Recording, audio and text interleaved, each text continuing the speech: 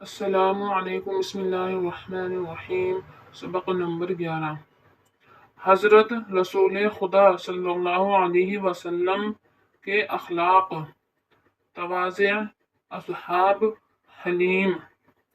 آپ صلی اللہ علیہ وسلم اپنے مہمانوں کی بہت خاطر تواضع کرتے تھے، خواہ وہ کسی مذہب کے ہو اور کتنے ہی برے کیوں نہ ہوں۔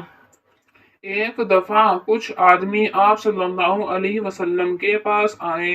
آپ نے ان کی مہمانداری کے لیے یہ بندوبست کیا کہ آپ نے اپنے اصحاب سے کہہ دیا کہ ایک ایک آدمی لے لو اور ان کی اچھی طرح خدمت کرو۔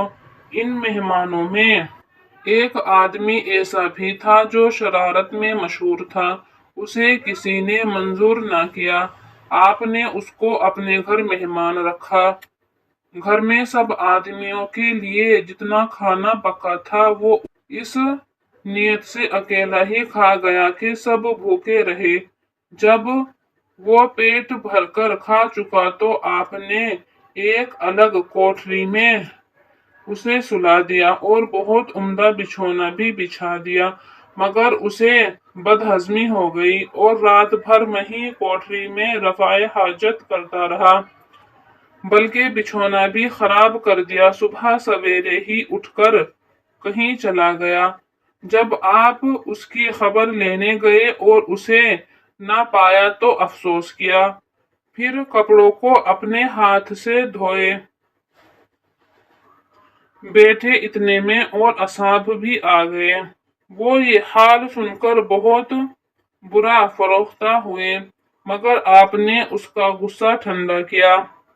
اتفاقاً وہ آدمی اپنی بیش قیمت تلوار کوٹری ہی میں بھول گیا تھا۔ راہ میں یاد آئی، وہ اسے لینے کو واپس آیا تو کیا دیکھتا ہے کہ اس کے ناپاک کیے ہوئے کپڑے آپ اپنے دست مبارک سے دھو رہے ہیں اور لوگوں کو خفا ہونے سے منع کر رہے ہیں۔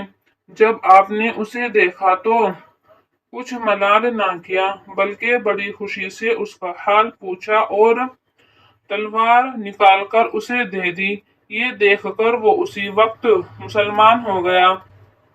آپ پر کوئی زیادتی کرتا یا سختی سے پیش آتا تو آپ صلی اللہ علیہ وسلم اس کی زیادتی سہتے اور اس کے ساتھ نرمی سے پیش آتے تھے۔ ایک یہودی کا آپ پر کچھ قرض تھا۔ اس سے روپیے دینے کا جو وعدہ تھا وہ ابھی پورا نہیں ہوا تھا کہ اس نے آپ صلی اللہ علیہ وسلم کی خدمت میں آ کر سخت تقاضا کیا۔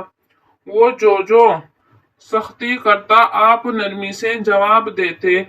آخرکار وہ کہنے لگا، تمہارے خاندان میں ایسی ہی نادہندگی چلی آتی ہے۔ یہ بات سن کر حضرت عمر رضی اللہ عنہ کو غصہ آیا۔ انہوں نے اسے دھمکایا اور کہا، اگر تو اس پاک مجلس میں نہ ہوتا اور ایسی بے ادبی کرتا تو میں تیری گردن مار دیتا۔ آپ نے حضرت عمر رضی اللہ عنہ کی یہ بات سن کر ان سے فرمایا کہ تمہیں چاہیے تھا کہ مجھ سے قرض ادا کرنے کے لیے کہتے اور اس کو سمجھاتے کہ نرمی سے تقاضا کر، جھڑکنا اور غصہ ہونا نہیں چاہیے تھا۔ جاؤ اب اس کا قرض ادا کرو۔ جھگڑے اور جھڑکنے کے عوض اسے کچھ زیادہ دے دو۔ جب یہودی نے آپ کی یہ نرم دلی دیکھی تو وہ اسی وقت مسلمان ہو گیا اور کہنے لگا، میں نے اپنے مذہب کی کتابوں میں آخری زمانے کے پیغمبر کی ایک یہ بھی نشانی پڑھی ہے کہ جو کوئی اس سے سختی کرے گا وہ نرمی کریں گے۔ مجھے اس بات کو آزمانا تھا، سو میں نے ویسا ہی پایا۔ آپ بے شک آخری زمانے کے پیغمبر ہیں۔ کوئی شخص قصور بھی کرتا تو آپ صلی اللہ علیہ وسلم معاف فرما دیتے اور کوئی ایسی بات نہ کہتے جو اسے بری معلوم ہو۔ ایک دفعہ ایک گنوار مسجد میں آیا اور وہیں پیشاب کرنے لگا۔ آپ کے اصحاب بہت غصہ ہوئے اور چاہا کہ اسے مار کر مسجد سے نکال دے۔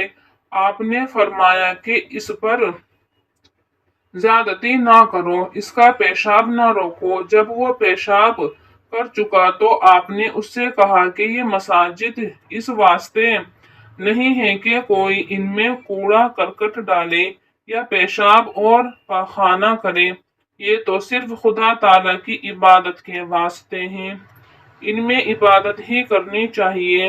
آپ صلی اللہ علیہ وسلم ایسے حلیم تھے کہ آپ کے دشمن بھی آپ پر زیادتی کرتے تھے تو آپ اگرچہ ان کو نقصان پہنچا سکتے تھے مگر ان کے ساتھ برائی سے پیش نہ آتے تھے بلکہ ان سے بھلائی ہی کرتے تھے اور ان کی دشمنی کی باتوں کو خیال میں نہ لاتے تھے۔ ایک لڑائی میں آپ صلی اللہ علیہ وسلم اپنے اصحاب سے کس طرح جدا ہو گئے اور ایک درخت کے نیچے لیٹ رہے۔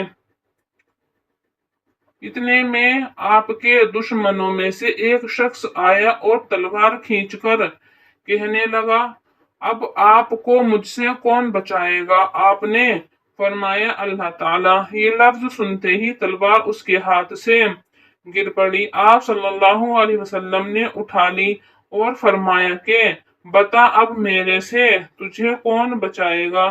اس نے عرض کی کہ آپ غالب آنے والوں میں سب سے اچھے ہیں، جو چاہے کریں۔